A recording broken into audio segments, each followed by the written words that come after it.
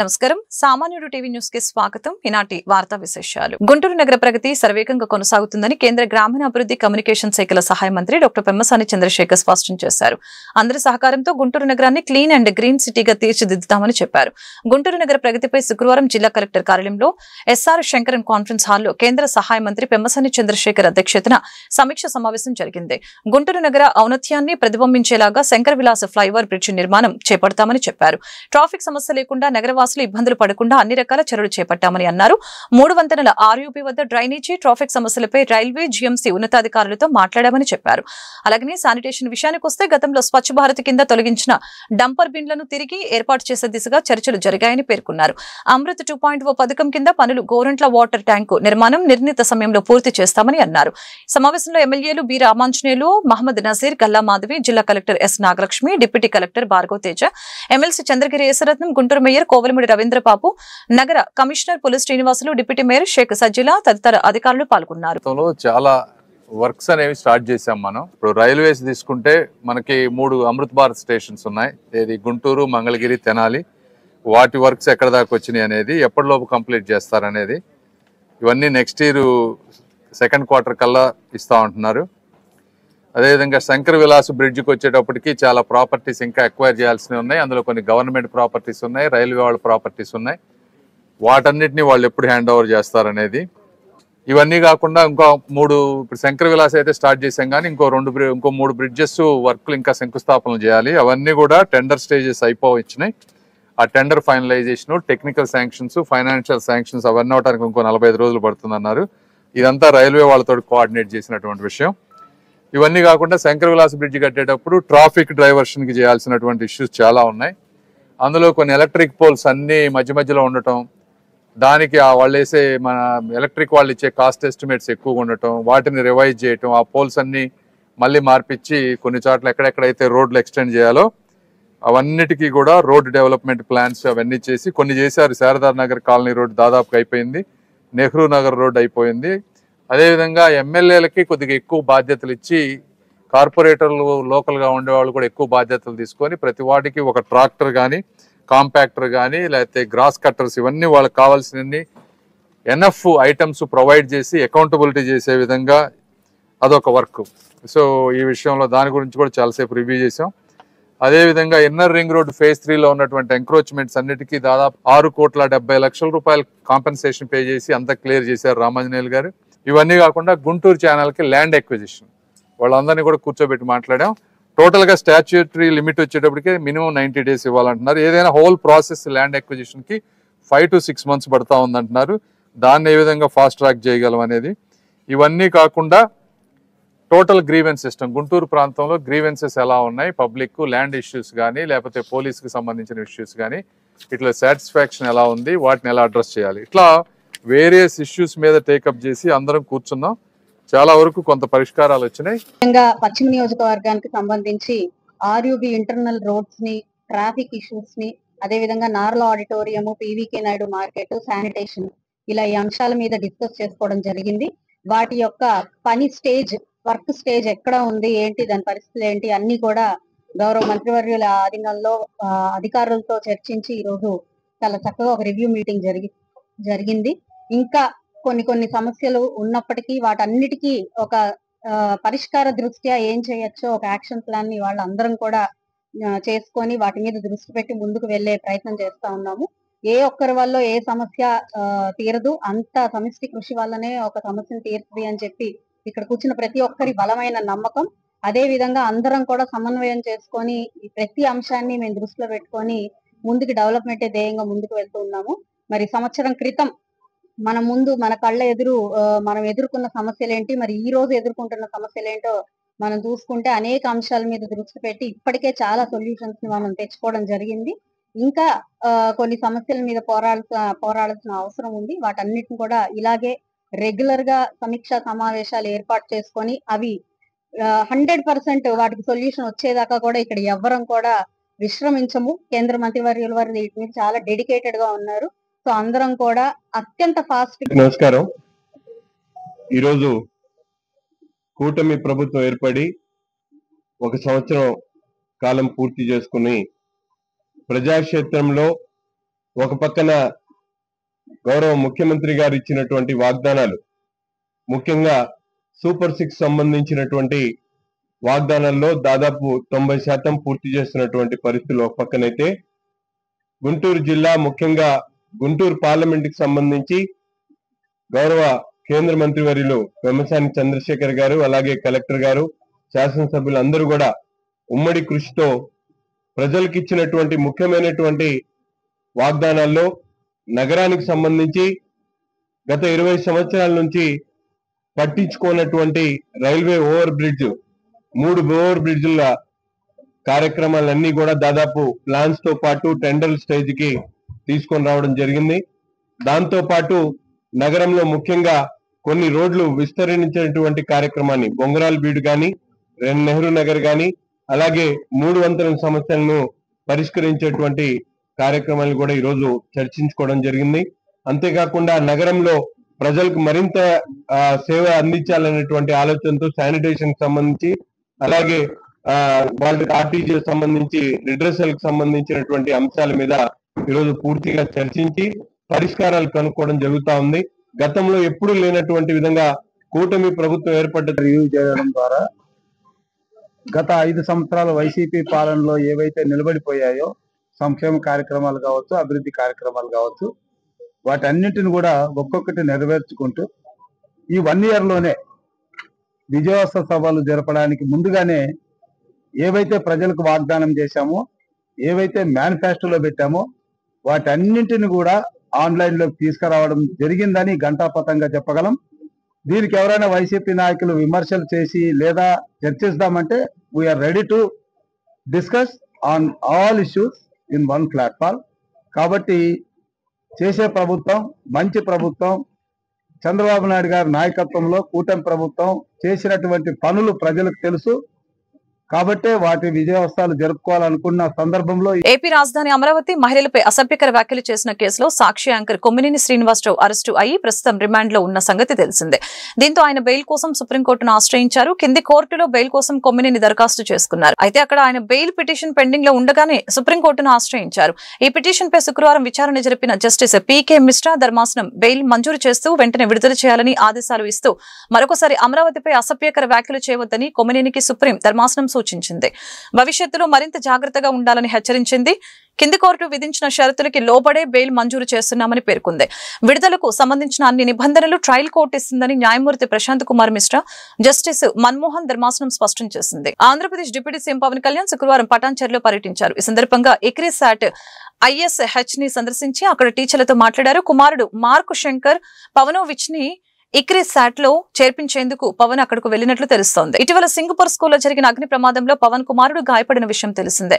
అక్కడ చికిత్స తరువాత మార్క్ శంకర్ ని హైదరాబాద్ కు తీసుకువచ్చేశారు.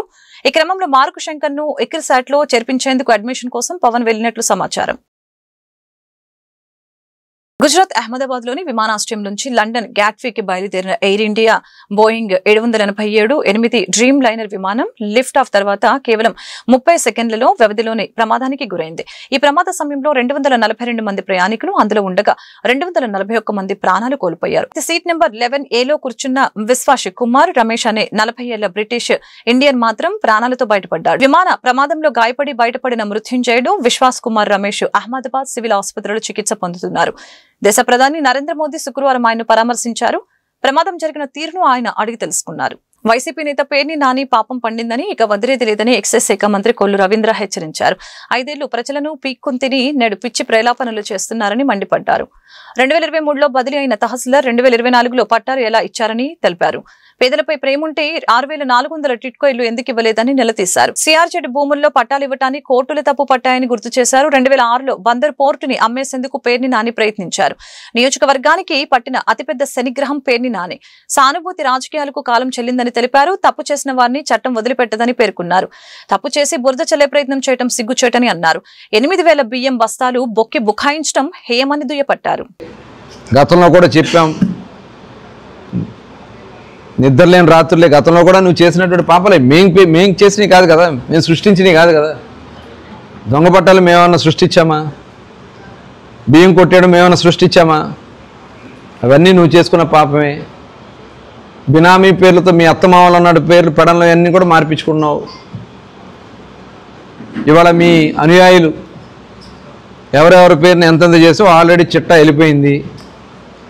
దాని మీద విచారణ జరుగుతుంది, స్టార్ట్ అవుతుంది. మొత్తం కూడా ఎక్కడెక్కడ మీ భూములు ఉన్నాయి, ఎక్కడెక్కడ ఎంత కొట్టుకున్నావు, మీ కార్యకర్తలు ఇంకా మోసం చేయాలని ప్రయత్నం చేస్తున్నావు. నేను ఈ సందర్భంగా వైఎస్ఆర్ పార్టీ నాయకులకి కార్యకర్తలకు చెప్తా ఉన్నా, మీరు పేరునాని పట్టుకుంటే కుక్కతో ఒక పట్టుకుని గోదావరి ఈదినట్టే మీరు మునిగిపోతారు. ఆయన ఎట్లా మునిగిపోయాడు ఆల్రెడీ, మీరు కూడా మునిగిపోతారు. ఆయన ఏదో రకం పారిపోయి వెళ్ళి దాక్కుంటాడు ఎక్కడో చోట. అది గుర్తుపెట్టుకోవాలని చెప్పి తెలియజేస్తూ, చేసిన పాపాలు ఎంటాడతాయి, ఎక్కడికి పోవు. మేము పనిచేసేది బందరు ప్రతిష్ఠ కోసం. బందర్ని ఏ రకంగా అటు ఏ కార్యక్రమాలు చేస్తే ఇప్పుడు చూస్తున్నాం, పోర్ట్ అవుతుంది. పోర్టుతో పాటు ఇన్లాండ్ వాటర్వేస్ అమరావతికి కనెక్టివిటీ చేయాలి. దానికి కావాల్సిన ప్రణాళికలు మేము తయారు చేస్తాం. మీరు ఒకటి చేయండి, నేను ఇది చేశాను చెప్పానండి. మెడికల్ కాలేజీ మేము ఆలోచన, బందర పోర్టు మేము ప్రారంభించినటువంటి కార్యక్రమాలే. ఇవాళ మీరు ఇంకా G+3 ఇళ్ళు మేము చేసిన కార్యక్రమాలే. మీరు ఏం చేశారా 5 సంవత్సరాల్లో? ఇప్పటికి 3 సార్లు చేస్తాం ఎమ్మెల్యేగా.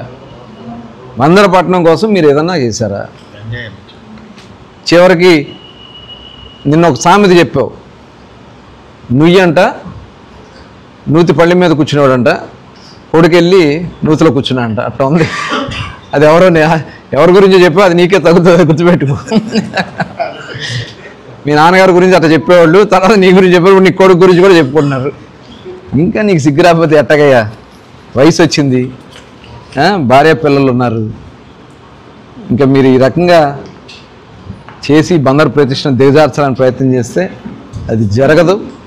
మేము అటు కేంద్ర రాష్ట్ర ప్రభుత్వాల సహకారంతో బందర పట్టణానికి ఒక నూతన ఆలోచన విధానంతో ప్రజల భాగస్వామ్యంతో మేము తెలియదు. చీరాల సిల్క్ చీరకు అరుదైన అవార్డుతో పాటు జాతీయ స్థాయిలో గుర్తింపు లభించింది. ఒకే జిల్లా ఒకే ఉత్పత్తి ODP 2024 కింద చీరాల కుప్పడం చీరలు ఎంపికయ్యాయి. ఈ అవార్డును బాపట్ల జిల్లా కలెక్టర్ జె వెంకటమురళి నెల 18న ఢిల్లీలో జరిగే కార్యక్రమంలో అందుకోనున్నారు. జనవరి నెలలో బాపట్ల విచ్చేసిన కేంద్ర బృందం సభ్యులు చీరాల ప్రాంతంలో మాత్రమే మగ్గాలపై నేతనేసే కుప్పడం చీరలను పరిశీలించారు. అవార్డుకి కుప్పడం చీరలు ఎంపికైనట్లు అధికారికంగా జిల్లా కలెక్టర్ కు శుక్రవారం సమాచారం అందింది. కుప్పడం చీరకు అవార్డు రావడంతో జిల్లాలో చేనేతలకు మంచి గుర్తింపు వచ్చిందని కలెక్టర్ వెంకటమురళి తెలిపారు.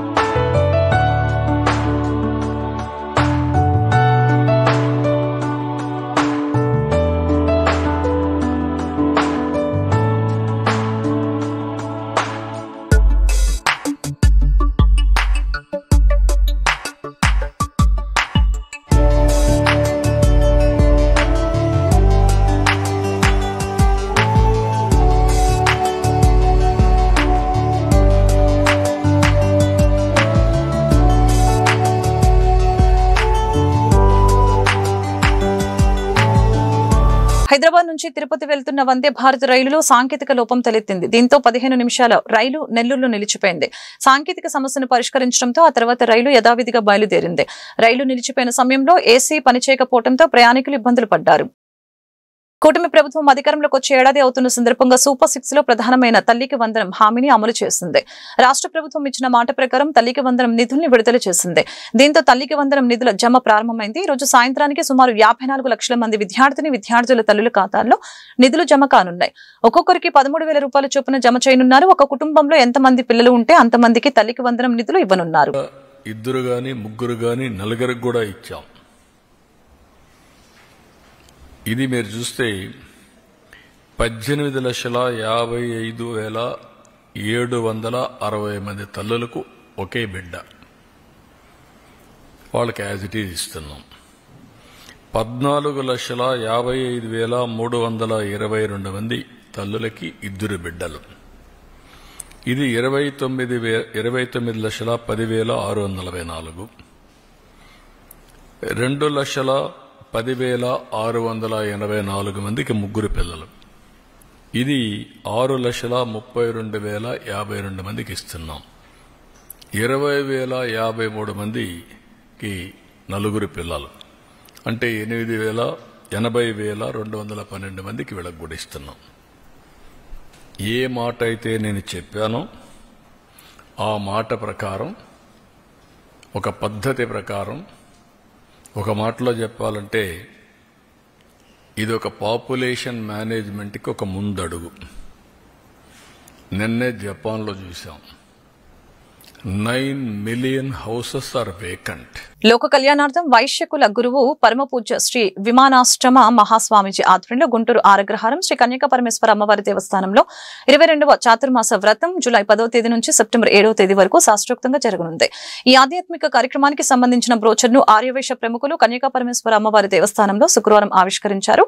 ఈ సందర్భంగా ఏర్పాటు చేసిన మీడియా సమావేశంలో వైశ్య గురువు మఠం కార్యదర్శి సాయి ఈశ్వర్ గుప్తా, గుంటూరు జిల్లా ఛాంబర్ ఆఫ్ కామర్స్ గౌరవ అధ్యక్షులు ఆతుకూరి ఆంజనేయులు, అధ్యక్షులు ఏల్చూరి వెంకటేశ్వర్లు, కార్పొరేటర్ ఈరంటి ప్రసాద్ మాట్లాడారు. ఈ చాతుర్మాస వ్రతంలో ఆర్యవైశ్యులు పాల్గొనాలని పిలుపునిచ్చారు. 2 నెలల పాటు ప్రతిరోజు చంద్రమౌళీశ్వర స్వామి ఆరాధనతో పాటు పలు ఆధ్యాత్మిక ధార్మిక కార్యక్రమాలు జరుగుతాయని వివరించారు. సమావేశంలో శ్రీ కన్యకా పరమేశ్వర అమ్మవారి దేవస్థానం చైర్మన్ నిడమానూరి సురేష్, టిఎల్వి వీరాంజనేయులు, దేవరశెట్టి సత్యనారాయణ, కొనకల్ల సత్యం తదితరులు పాల్గొన్నారు. ఈ అరణ్యంలోకి వెళ్ళి ఈ చతుర్మాస దీక్ష చేస్తూ ఉంటారు. అయితే మా ప్రియతమ గురువుగారు, ఆర్యవైశ్యుల గురువు అయినటువంటి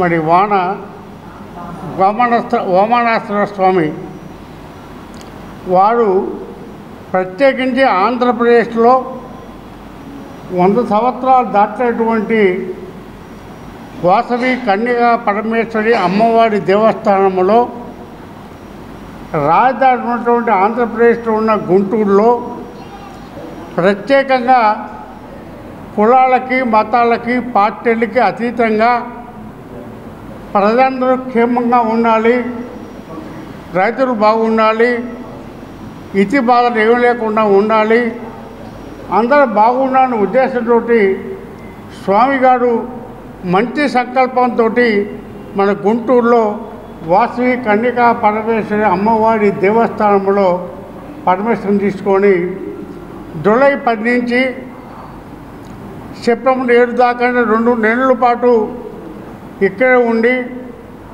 మరి అమ్మవారి పూజ చేయటమే కాకుండా సమస్త దేవతల యొక్క ఆరాధ్య దైవమైనటువంటి అందరి యొక్క పూజ చేసి ఆంధ్రప్రదేశ్లో ఉన్న ప్రజలందరూ కూడా శాంతియుతంగా ఉండాలి అని, దేశంలో ప్రజలు శాంతియుతంగా ఉండాలని ఇక్కడ తలపెట్టిన యజ్ఞానికి గుంటూరులో ఉన్న ఆర్యవైశ్యులు, మన జిల్లాలో ఉన్నటువంటి ఆర్యవైశ్యులు అందరూ కూడా అందరూ కలిసికట్టుగా ఒకే మాట ఒకే బాటతోటి తప్పనిసరిగా వచ్చి రోజు జరిగే కార్యక్రమాల్లో భాగస్వామ్యం. శ్రీ గురుభ్యో నమః.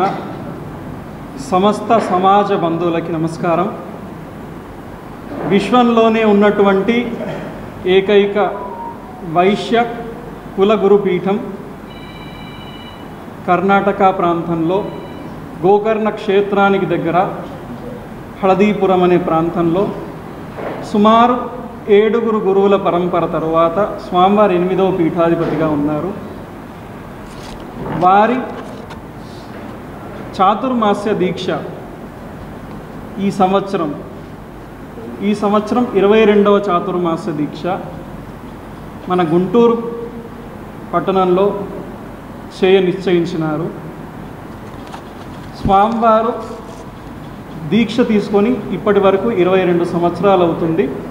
ఈ 22 సంవత్సరాల్లో అనేక ప్రాంతాలలో చాతుర్మాస్య దీక్ష చేయడం జరిగింది. కేరళ, కర్ణాటక, గోవా, మహారాష్ట్ర, తెలంగాణ మరియు ఆంధ్ర ప్రాంతంలో వైశ్యుల ఉన్నతి, వైశ్య సమాజం యొక్క అభ్యున్నతి కొరకు అనేక ధార్మిక ఆధ్యాత్మిక కార్యక్రమాలు తలపెట్టి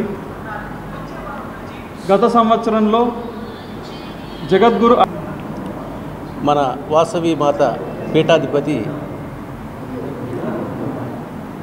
వాసవి అమ్మవారి దయతో ఈ చాతుర్మాస దీక్షని లోక కళ్యాణార్థం జూలై 10 నుంచి 60 రోజులు కార్యక్రమాన్ని నిర్వహిస్తున్నారు. ఈ కార్యక్రమంలో ప్రతిరోజు వచ్చేటటువంటి పండగలను బట్టి ఒక మంచి కార్యక్రమాలని స్వామివారు దీక్షతో మరి చేస్తారు. ఈ కార్యక్రమంలో మన ఆర్యవైశ్యులందరూ కూడా మన కులదేవత ఆశీర్వచనాలు పొందాలని చెప్పి సవినయంగా మనం చేసుకుంటాం. ఇక్కడ వచ్చిన మన గుంటూరు నగర ఆర్యవైశ్య ప్రముఖులకు అట్లాగే మన వైశ్య గురువు గారికి చెందిన పీఠం వారికి మీడియా వాళ్ళందరికీ కూడా నమస్కారం. ఈ రోజున 22వ చాతుర్మాస సేవా సమితి వారి ఆధ్వర్యంలో మన గుంటూరు కన్నికా పరమేశ్వరి అమ్మవారి దేవస్థానంలో రేపు జరగబోయే జూలై 10వ తారీఖు నుంచి సెప్టెంబర్ 7వ తారీఖు దాకా జరగబోవు చాతుర్మాస దీక్ష సందర్భంగా ఈ కార్యక్రమం ఏర్పాటు చేయడం జరిగింది. ఈ కార్యక్రమాన్ని మన వైశ్య కుల గురువు పరమ పూజ్య శ్రీ శ్రీ వామనాశ్రపు మహాస్వామీజీ శ్రీ వైశ్య గురు మఠం వారణాసి మరి హల్దీపూర్ కర్ణాటక వారి చాతుర్మాస వ్రతం 22వ చాతుర్మాస వ్రతం ఈ నెల 24వ తేదీన గుంటూరులో సిపిఐ నగర మహాసభలు జరగనున్నాయి. ఈ సభలకు సంబంధించిన వివరాలను సిపిఐ నగర కార్యదర్శి కోట మాల్యాద్రి శుక్రవారం మీడియాకు వివరించారు. కేంద్ర రాష్ట్ర ప్రభుత్వాలు కార్మిక కర్షక వ్యతిరేక విధానాలకు పాల్పడుతున్నాయని ఆరోపించారు. పెట్రోల్, డీజిల్, గ్యాస్, నిత్యావసర ధరలు పెరుగుదలకి వ్యతిరేకంగా ప్రజల పక్షాన నిరంతరం పోరాటాలు చేస్తామని చెప్పారు. నగరాభివృద్ధి, ప్రజా సమస్యల పరిష్కారమే లక్ష్యంగా సమరశీల ఉద్యమాలు కొనసాగించనున్నట్లు తెలిపారు. సమావేశంలో సిపిఐ నేతలు రావుల అంజుబాబు, అరుణ్ కుమార్ తదితరులు పాల్గొన్నారు. గుంటూరు నగర మహాసభలు జూలై 24వ తారీఖున జరగబోతూ ఉన్నాయి. ఈ నగర మహాసభలను విజయవంతం చేయాలని నగర ప్రజల్ని కోరుతూ ఉన్నాం. భారత కమ్యూనిస్ట్ పార్టీగా ఈ నగరంలో మరి అనేక సమస్యల మీద పోరాటం కొనసాగిస్తూ ఉన్నాం. స్థానిక సమస్యలే కాకుండా మరి దేశవ్యాప్త పిలుపులు, రాష్ట్ర పిలుపుల్లో భాగంగా కూడా మరి దేశానికి పట్టినటువంటి ఏదైతే మరి మతోన్మాదానికి వ్యతిరేకంగా అట్లాగే కార్మిక కర్షక విధానాలకు వ్యతిరేకంగా కేంద్ర రాష్ట్ర ప్రభుత్వాలు చేస్తున్నటువంటి చర్యలకు వ్యతిరేకంగా ఈ నగరంలో మరి పోరాటం కొనసాగిస్తూ ఉన్నాం. అట్లాగే పెట్రోల్, డీజిల్, గ్యాస్ ధరలన్నీ కూడా మరి ప్రభుత్వాలు పెంచినప్పుడల్లా కూడా వాటికి నిరసనగా కూడా కార్యక్రమాలు చేస్తూ ఈ స్థానికంగా సంబంధించి ఏదైతే పివి నాయుడు కూరగాయల మార్కెట్ సంబంధించి అమ్మకానికి పెట్టాం, వాటిల్లో అదొకటే కాకుండా దానికి సంబంధించి నల్లబాడుకు సంబంధించి ఒక స్థలం, అట్లాగే వెల్ఫేర్ సెంటర్ కూడా 3 కలిపి ఏపీ బిల్డ్ పేరుతోటి అమ్మకాన్ని పెట్టిన పరిధిలో మరి హైకోర్టును కూడా ఆశ్రయించాం. ఏదైనప్పుడు కూడా సుప్రీంకోర్టులో కేసు ఉంది. ఈ మధ్యలోనే మరి సిపిఐగా అన్ని పార్టీలని ఏకం చేసి మార్కెట్ని మరి కాపాడగలిగాం. ఈరోజు మార్కెట్గా ఉందంటే మొదట దాన్ని నిలపడం కోసం, అక్కడ ఉండటం కోసం మొదట అడుగు సిపిఐగానే వేసాం. మరి పోరాట ఫలితంగా ఈ రోజున మార్కెట్గా ఉంది. లేకపోతే శివారు ప్రాంతానికి తరలింపాలని, ఆ స్థలాన్ని మరి ఎవరికో కట్టబెట్టాలనే ప్రయత్నాలని సిపిఐగా తిప్పికొట్టాం. అట్లాగే మరి గాంధీ పార్క్ ముందు బస్ బే పేరుతోటి మరి అదొకటే కాకుండా 22 సెంటర్లో మరి బస్ బేలు కట్టాలని నిర్ణయం తీసుకొని కాంట్రాక్టులకి మేయర్లు, కమిషనర్లు మరి వాళ్ళకి అనుమతులు ఇచ్చినా కూడా దాన్ని కోర్టును ఆశ్రయించి ఈ రోజున అవన్నీ కూడా గాంధీ పార్క్ ముందు కట్టిన బస్ బేని అక్కడ ఉన్నటువంటి చిరు వ్యాపారులు, ఆటో యూనియన్ వాళ్ళ జీవనోపాధి పోకుండా సిపిఐగా వాళ్ళకి అండగా నిలబడి బస్ బేలను రద్దు చేయించాం. అట్లాగే గత 10 సంవత్సరాలుగా మరి వసుంధరాపురానికి సంబంధించి ఏదైతే మరి వెల్ఫేర్ సెంటర్ ఉందో దాంట్లో మరి వాకింగ్ ట్రాక్ ఏర్పాటు చేయాలని మరి ఉద్యమాన్ని ప్రారంభించాం. అక్కడ ఉన్న అడవిగా ఉన్నదంతా కూడా బాగు చేయించడంలో సిపిఐ మరి ముందుండి నాయకత్వం వహించాం.